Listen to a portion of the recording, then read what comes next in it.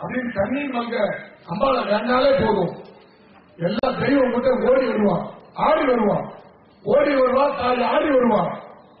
1000 மந்திரி சேகரிய சமைத்தார்களோ சாதித்தார்களோ இருந்தார்களோ இனி இருப்பாய் தாயே கோதியம்மா என்னாவில் குடியிருந்து எல்லா மக்களும் நல்லோசை தாருவோம்மா. நான் இறந்த பிறகும் நான் பண்ற கோயிலெல்லாம் கும்பாபிஷேகம் பண்ண தெய்வத்தினுடைய சக்தி பெற்று நான் கொடுக்கிற சிலையெல்லாம் கொடுத்து அந்த சிலையை வச்சு வழிபட்டு எல்லா மக்களும் சேமா இருந்தா கும்பாபிஷேகம் எடுத்தேன்.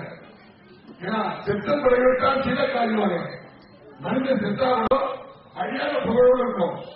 தோழனா புகழோ தோணணும், தோணாம நின்றுட்டார் திருவள்ளுவர். அழுக்கு இல்லாம அந்த அழுக்கு கலையும் உடம்புல தேய்ச்சி தேய்ச்சி சோப்பாட்டு தேய்ச்சா மட்டும் இந்த அழுக்கு போயிடும். அந்த உலகத்தை செய்யணும். அந்த மனசை தூய்மைப்பட்டு வந்தீங்கன்னா நீங்க கோடீஸ்வரன் பெற முடியும். அதுதான் ஆன்மீகமே. அதுக்காக தான் தெய்வ தேவாதிகள் ஆவாகனம் பண்ணி இந்த எரிகிறதுனா வாங்க தலை தேங்காய் உள்ள உடல் கொம்பு அந்த வள்ளல் வாங்க.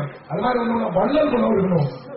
மனிதனுக்கு எந்த ஒரு மனிதனுக்கு வள்ளல் குணம் இருந்தோ அவன் தான் தெய்வம், மனித தெய்வம். அண்ணன் அப்பாவை தெரியும், அப்பா வச்சு அடிபட்டு போச்சேன். அப்ப அப்பா மாதிரி தூக்குவாங்க, இது பண்ணுவோம், காப்பாற்றணும். எல்லா உடம்புதான் மாறும், உள்ளத்துல உள்ள உயிர் எல்லா உயிரும் ஒரே உயிர்தான். சரீரம் கவன மூச்ச மாட்டீங்களா? கவனம் போனா ஒரு அகோரமா மூச்ச மாட்டீங்களா?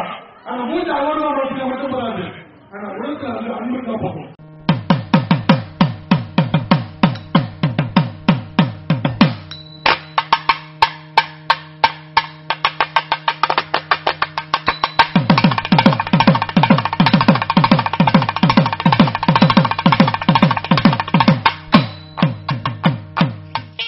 மிகவும் சக்தி உள்ளவர் சிவன், மும்மூர்த்தியில் முதல்வர் சிவன்.